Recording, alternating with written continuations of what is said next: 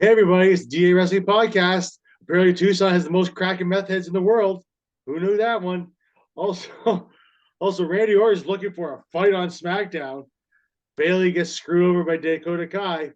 And Doug has a lot to say about the 35-minute promo that The Rock put out, which was probably the funniest thing I've seen in months. Doug, how you doing? I'm good, buddy. It's been a weird winter, Yes, it's kind of concerning if you're into the whole a little pole bit, shifting and all that other stuff. It's a little concerning. but you know, What a world, here we come. just preparing for a couple birthdays in the next couple days, Yeah, you know, and yeah, I'm well aware of that. yep. So it's just business as usual, man. Yeah, me too, for the most part. It's pretty much business as usual. Days and routines are pretty much the same. Making money, then spending time with mom, and then doing this and doing all sorts of other things that are exciting in this world. That And interests you. they interest me.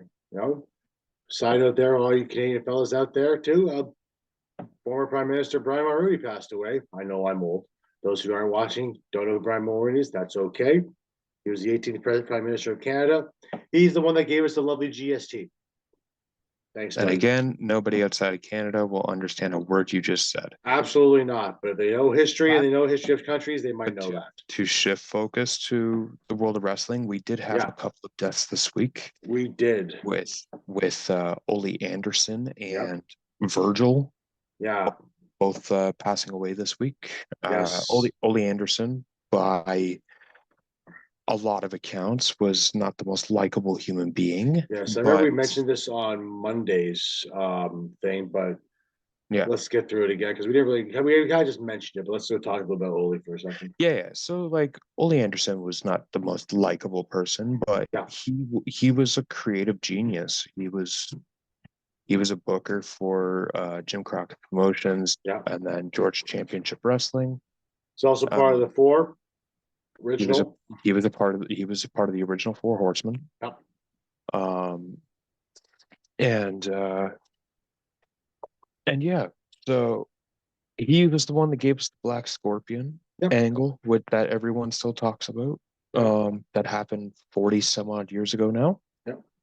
Um, and yeah, so creative mind. He was 81, I think. Yeah. Uh, And Virgil. yeah. Mike Virgil Jones. So I remember more Virgil. Well, obviously Virgil. Virgil for me was the butler or henchman or whatever you want to call it to the $1 million Man in WWE, WF back in the 80s. He got DDT'd a lot by Jade Snake Roberts during that feud, Yep. which culminated a lot at WrestleMania 6 in Toronto with the Ultimate Challenge with the Ultimate Warrior and Hogan as the main event that year.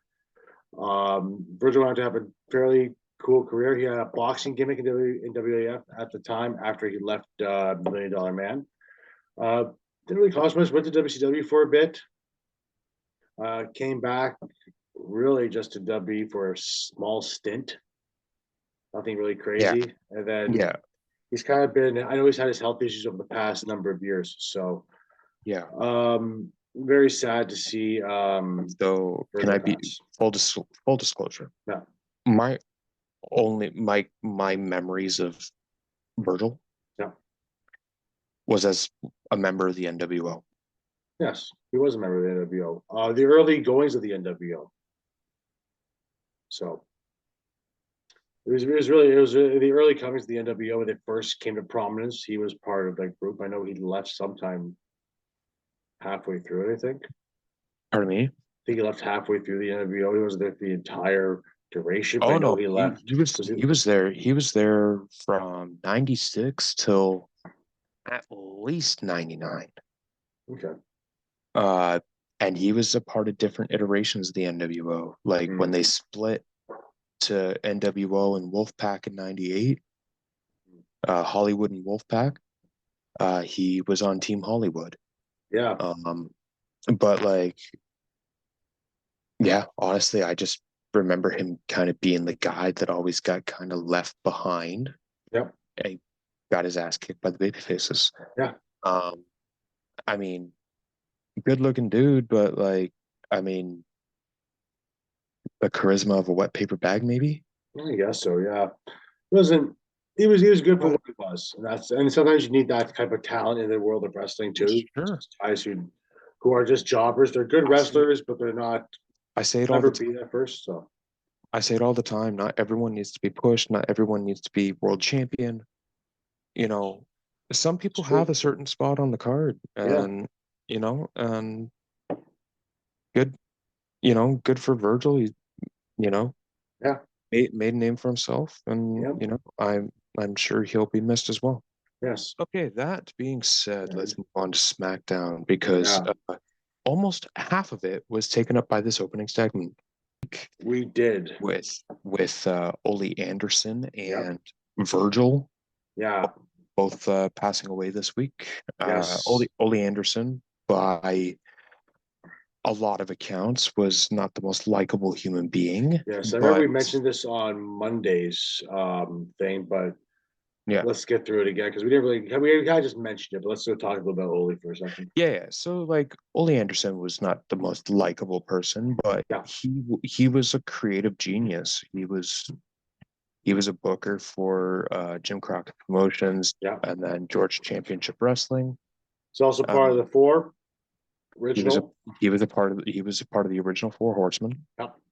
Um, and uh, and yeah, so he was the one that gave us the Black Scorpion Yeah. angle with that everyone still talks about. Yeah. That happened 40 some odd years ago now. Yeah. Um, yeah, so creative mind. He was 81, I think. Yeah. Uh, And Virgil. yeah. Mike Virgil Jones. So I remember more Virgil. Well, obviously Virgil. Virgil for me was the butler or henchman or whatever you want to call it to the $1 Million Man in WWE, WF back in the '80s. He like he got DDT'd a lot by Jade the Snake Roberts during that feud, Yep. which culminated a lot at WrestleMania 6 in Toronto with the Ultimate Challenge with the Ultimate Warrior and Hogan as the main event that year. Virgil went on to have a fairly cool career. He had a boxing gimmick in WAF at the time after he left $1 Million Man. Uh, didn't really cost much. Went to WCW for a bit. Came back really just to WWE for a small stint. Nothing really Yeah. crazy. And then Yeah. he's kind of been, I know he's had his health issues over the past number of years. So Yeah. very sad to see So can Virgil I be pass. full disclosure? Yeah. My my memories of Virgil Yeah. was as a member of the NWO. Yes. He was a member of the NWO. The early goings of the NWO. So it was the early comings of the NWO when they first came to prominence. He was part of that group. I know he left sometime halfway through it, I think. Pardon me? He left halfway through the NWO. He wasn't there the entire duration, but I Oh know no, he he, left. he was Was it? he was there. He was there from 96 till at least 99. Okay. Uh, and he was a part of different iterations of the NWO. Like when they split to NWO and Wolfpack in 98, Hollywood and Wolfpack, he was on Team Hollywood. Yeah. But like, yeah, honestly, I just remember him kind of being the guy that always got kind of left behind. Yep. And he got his ass kicked by the baby faces. Yeah. Um, I mean, good looking dude, but like, I mean, the charisma of a wet paper bag, maybe. I guess so. Yeah. He wasn't. He was good for But what he was. And sometimes you need that type of talent in the world of wrestling too. sure, Just guys who are just jobbers. They're good wrestlers, but they're not I say it all never the be time. that first. So I say it all the time. Not everyone needs to be pushed. Not everyone needs to be world champion. You know, some it's people have true. a certain spot on the card, Yeah. and good, good for Virgil. You know, Yeah. made a name for himself, and Yep. I'm sure he'll be missed as well. Yes. Okay, that being said, let's move on to SmackDown because Yeah. almost half of it was taken up by this opening segment. And I'll tell you right now, it was comical. It was Absolutely comical. tremendous. Yeah. Okay, but instead of going through all 40 minutes, we're going to condense this down to about a 2.5 minute recap. Yeah. So it starts with Roman Reigns coming out, Yeah. and he was kind of getting annoyed with the city of Glendale. Yes, he was. So he was doing his usual shtick, you know, Glendale, Arizona, Yeah. acknowledge me. And the pop just really wasn't what he was looking for. So Yeah. you could even hear him say it used to be louder. Yeah. And then he went a second time and called them Phoenix, Yeah. which kind of got me confused as to where they were. Yeah. They were in Tucson though. They were in Tucson. I think so. Yeah. That's exactly why The Rock said what he said. But yeah. Okay, cool. But then he tried a third time and he was just about to leave, and then Paul Heyman stopped him because The Rock was coming out. I but in something I've never seen before, Yeah. Paul Heyman actually cut to commercial himself. Yeah. That was kind of funny. It also Yeah, seemed I don't know if you noticed it, but it seemed Roman Reigns was very annoyed with even The Rock coming I out. was Like, I was about to get to that. yeah. Um, so um, so when we did come back from commercial, The Rock's music hits, and Yeah. if you notice, if you're somebody that pays attention to these things, um, the eyes on The Rock's bull in his Titantron Yeah. have changed to red. They're like a glaring red, Yeah. and they weren't like that last week. No. Um, Rock comes out, We're starts his $5,000 shirts or $500 starts shirts. his usual shtick, and then goes on to say that Phoenix, Arizona, is the number one city in the world. Was it? Yeah, World for crack and meth use. Oh my, yeah, cocaine and meth use. Oh, it was fantastic. Um, by the way, you may have noticed throughout the broadcast that it kept flashing black. Um, that was because there was a sign in the crowd saying "Die Rocky Die" that the network was trying to censor. Oh, So, yeah.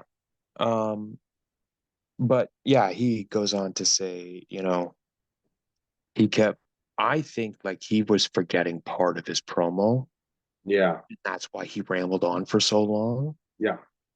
But eventually he came to it with, and yes, as you mentioned, as The Rock speaking, Yeah. Roman is visibly annoyed. Yeah. And so The Rock then drops the ball. Yeah.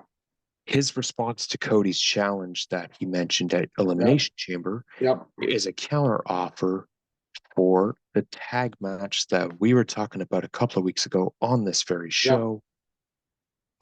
Night one of WrestleMania, Rock Roman versus Seth and Cody. Yeah. Um, and there's stipulations. Yep. If Seth and Cody somehow win, Yep. then The Rock guarantees that the main event of night two, Cody and Roman, Mhm. the bloodline is the entire bloodline is banned from ringside. Yeah. That's The that's interesting. However, if The Rock and Roman win, then it's what The Rock calls bloodline rules, Yeah. which means there's going to be a whole lot of fuckery in that match. Think they're gonna go with the fuckery. I'm I'll be honest, I'm kind of tired of Yeah. overbooked Roman finishes. Fair enough. I wouldn't mind just seeing like, One on one.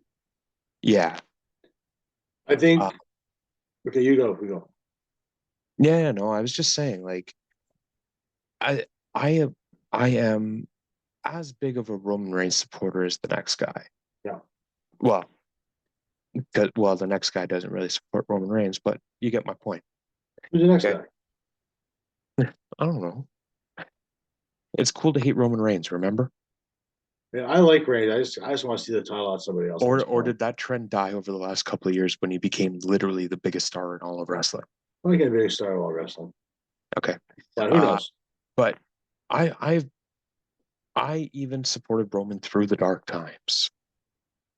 Super Roman 2015 through like 2018. Okay.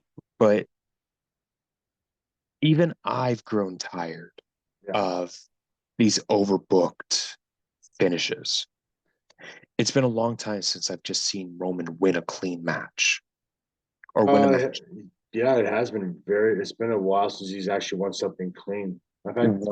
Like maybe the one that comes to mind is the Hell in a Cell versus Rey Mysterio. That was 2.5 years ago. Yeah. Right? Yeah. So like or maybe John Cena. Like, I don't know. But the point is, I want Cody and Seth to win. Yep.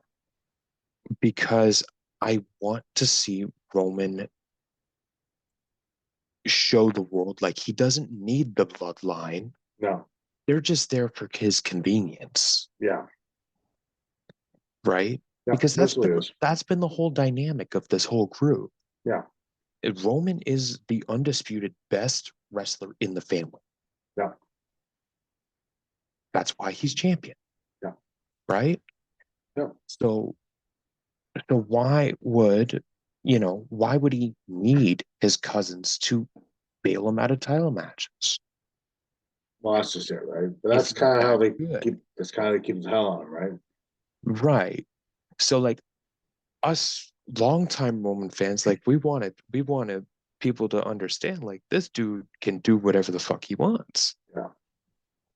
But the way that things have been booked the last couple of years, it's just it's overbooked finish after overbooked finish. I see almost every match has been like some kind of interference whatsoever in everything.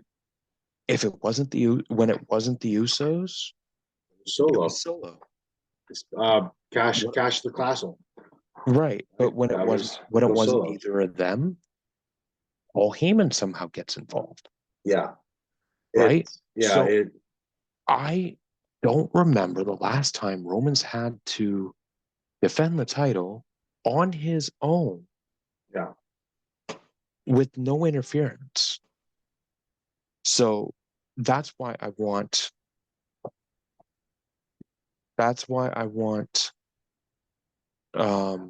Cody and Seth to win this tag match. Okay. Now, because the segment went 10 minutes long, go ahead. So when it comes to the tag match there, I was kind of open more or less like it would be Rock and Cody.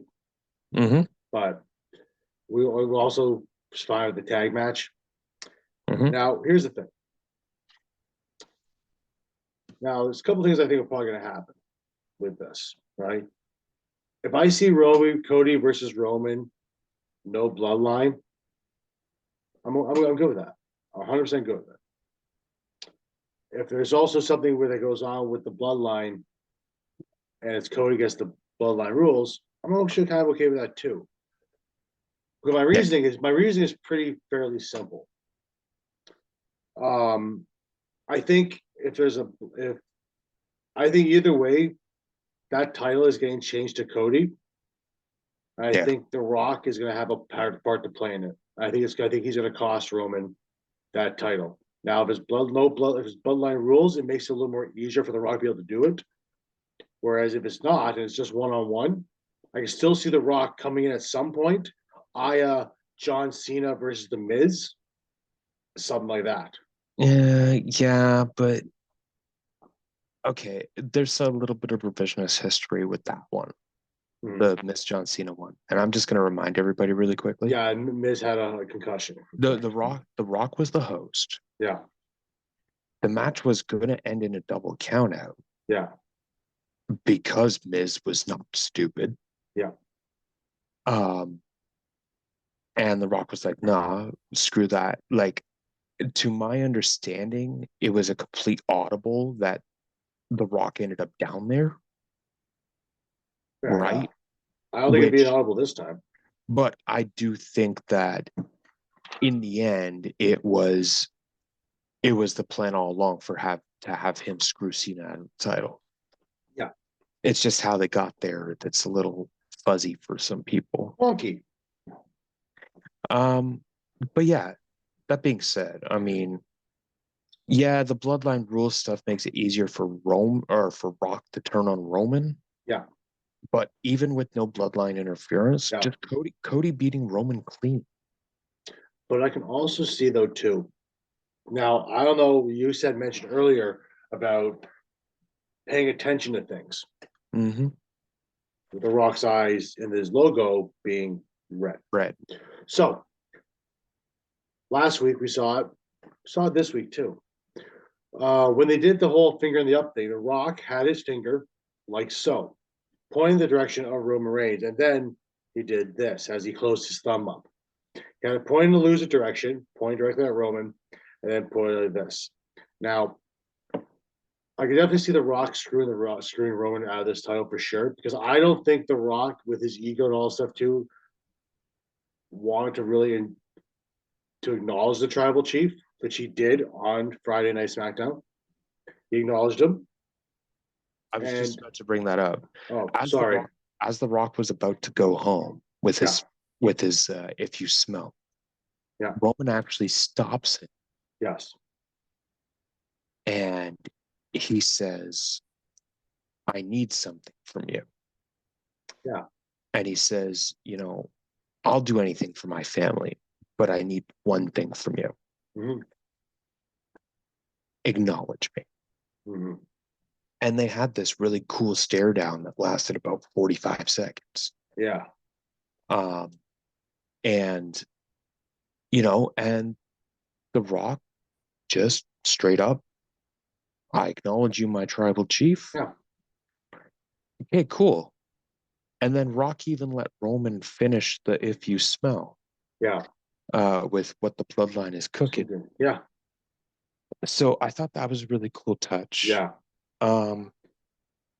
Is there anything else about this segment that you want to touch on? I want to touch on a little bit more about the way Roman's look was on his face when The Rock was talking and there's all that stuff. And he looked really annoyed.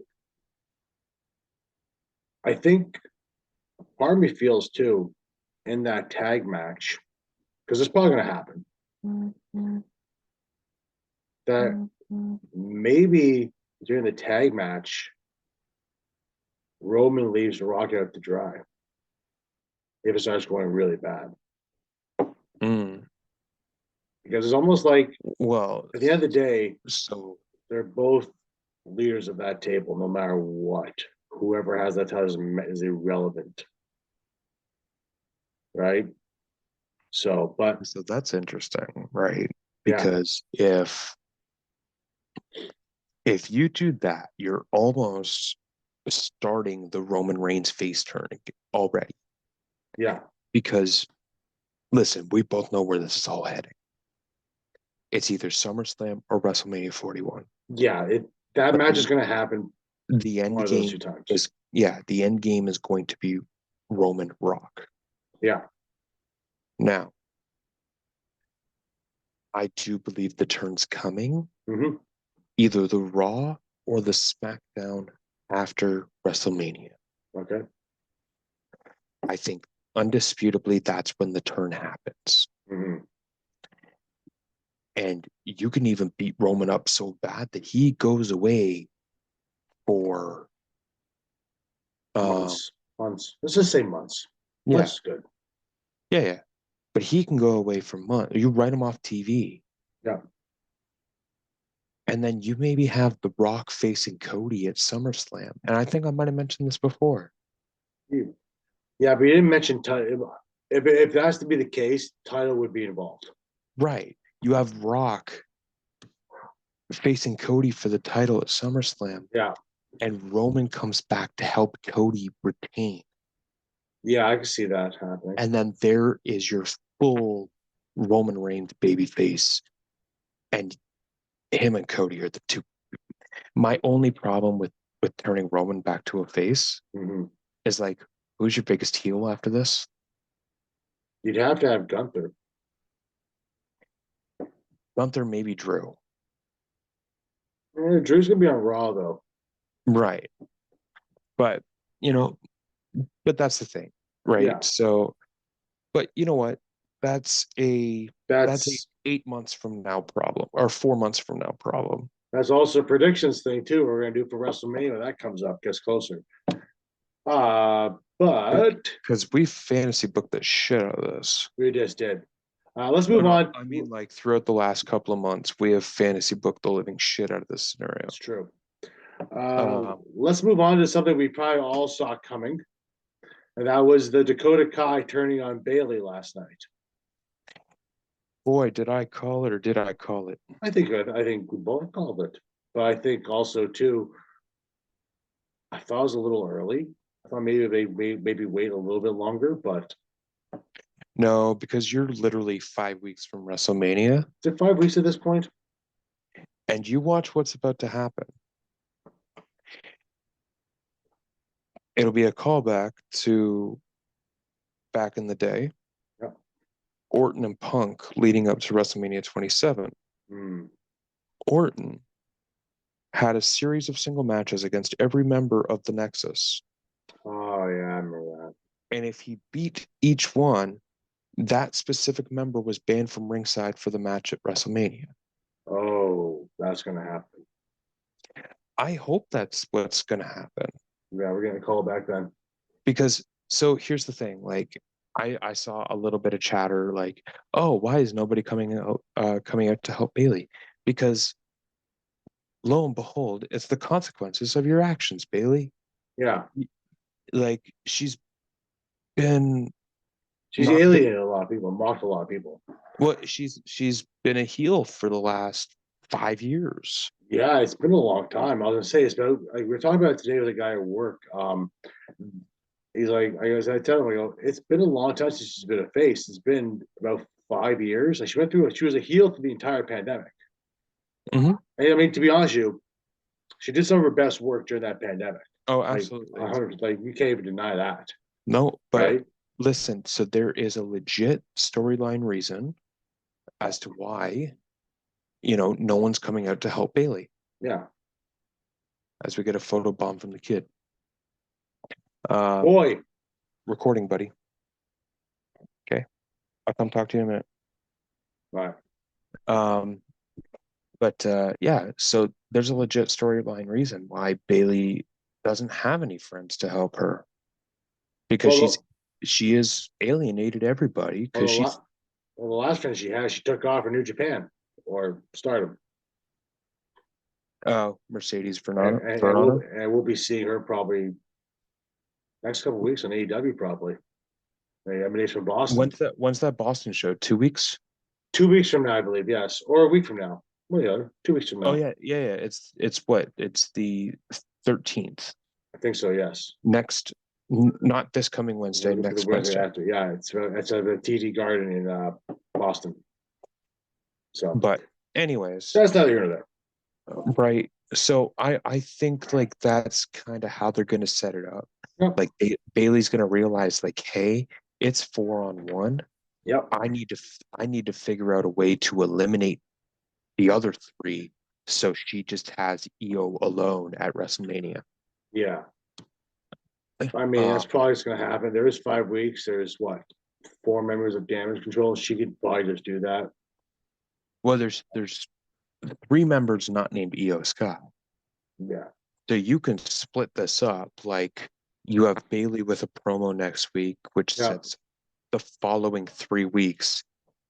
Then you have the week before WrestleMania, the week of WrestleMania, of just those 2. So I think that's probably a good idea what's going to happen there. So other news. Do you want to talk Rey Mysterio coming back? Because he came back last night in a street fight which means they're probably going to push this whole feud probably to Mania. So I could see probably Rey Mysterio and Carlito in a tag match against uh Legado El Fantasma. Yeah. That's my guess, probably. Or Rey Mysterio versus Santos Escobar. Well, look, they have a lot of singles programs already. Yeah. I would honestly, I would throw Legado in there Mm. with Ray, Carlito, And Joaquin. and Joaquin Wild. and Joaquin. Sure. I mean, you could flip a coin between Joaquin Yeah. and Cruz. Yeah. Uh, like you can flip a coin there Yeah. to be the third guy. Mm-hmm. Oh, quick back to a side note really quickly. But back to the thing there. Jade Cargill made an appearance on Smackdown and kind of confronted Io Sky and Damage Control before Nick Aldis got in the way. Oh, maybe Bailey does have a friend. Yeah, just as a quick rope of that. So that's kind of interesting right there. That Jade Cargill might give her services to Bailey, but Jimmy Jade's going to have her own. She's going to target that title anyway, but not yet. So, I mean, I'm not suggesting it's going to be Bailey versus Io Sky. I'm just saying. I think Jade Cargill's going to target. Yeah, and then I guess we'll just briefly touch on the other backstage segment I saw last night, which LA Knight with Nick Aldis. New Catch Republic was talking to Nick Aldis, who's teasing an announcement regarding the tag team titles. Mm-hmm. I hope it's the fact that they're splitting them again. Oh yeah, good possibility. Right. Which very conveniently transitioned into LA Knight looking for AJ Styles. So that's gonna be the Mania program. Like absolutely it's gonna be. There's no other reason for AJ Styles to go to Australia and beat the crap out of LA Knight in the middle of the cage. Yeah. There's no other reason. So in other news, Braun Breaker won in about 8 seconds. Over a once up and coming Zion Quinn. Very clean shaven Zion Quinn, actually.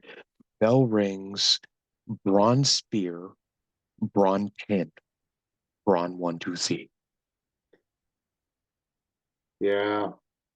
I wonder if they're gonna do like a Goldberg-esque thing with him.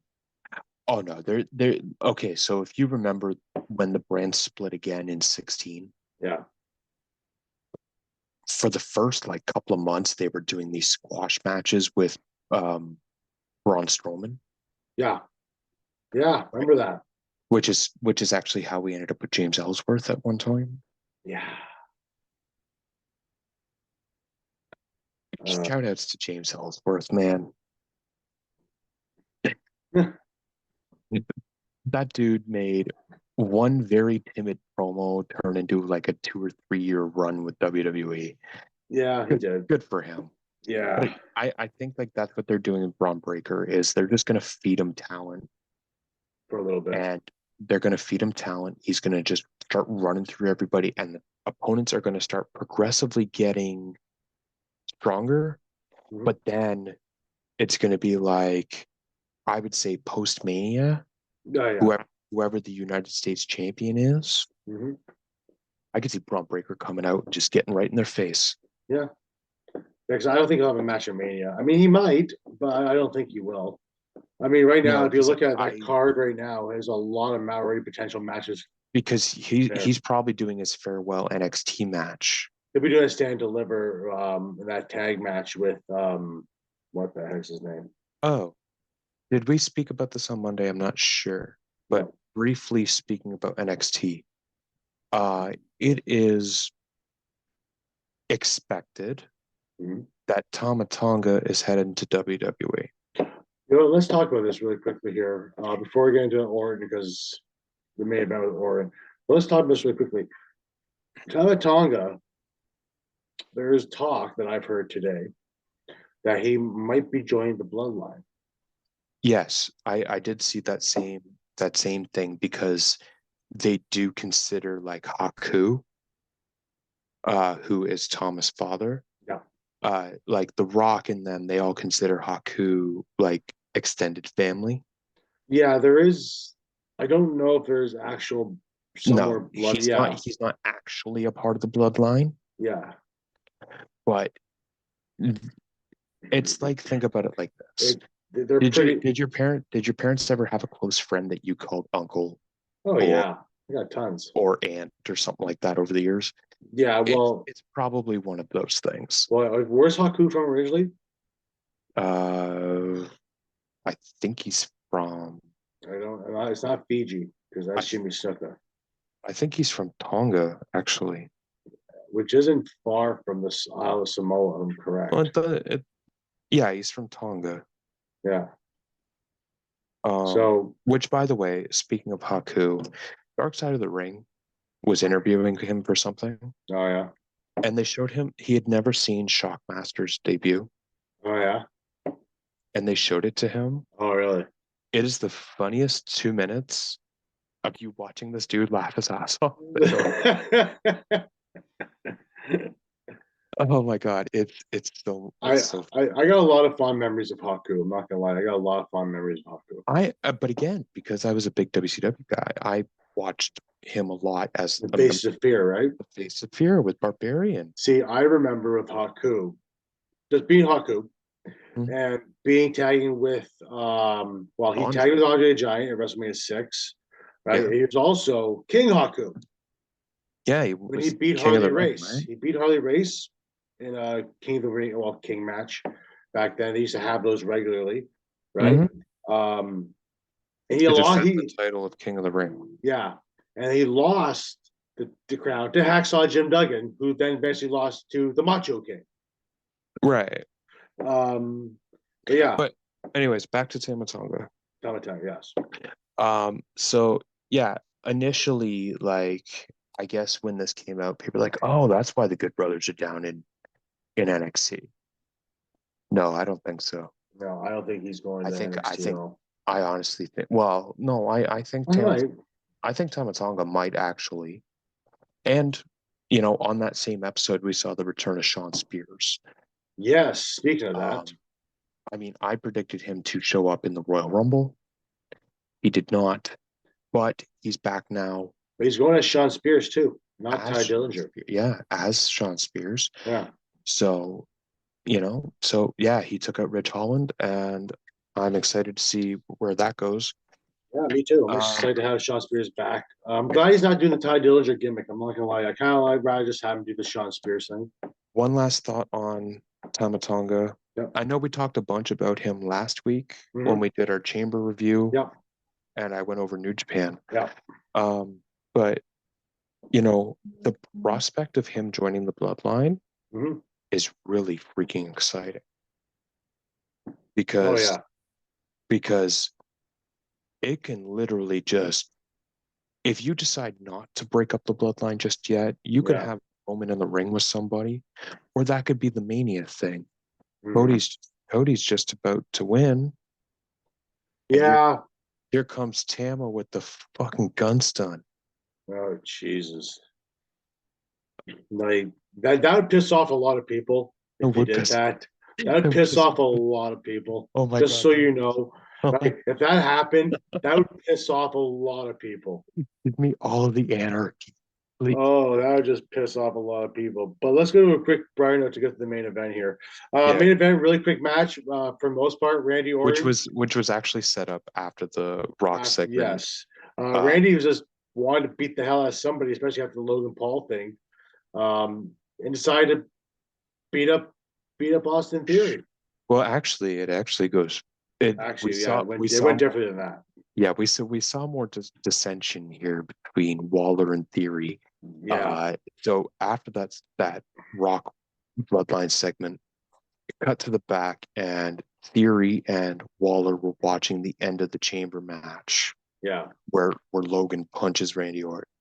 yeah, Unknowingly, Randy Orton is right behind them, yep, and he comes over. He's like, "Oh, that's hilarious!" And yeah, Randy went like turned it up to a 20 today. yeah, Uh, and then he said, "You know what?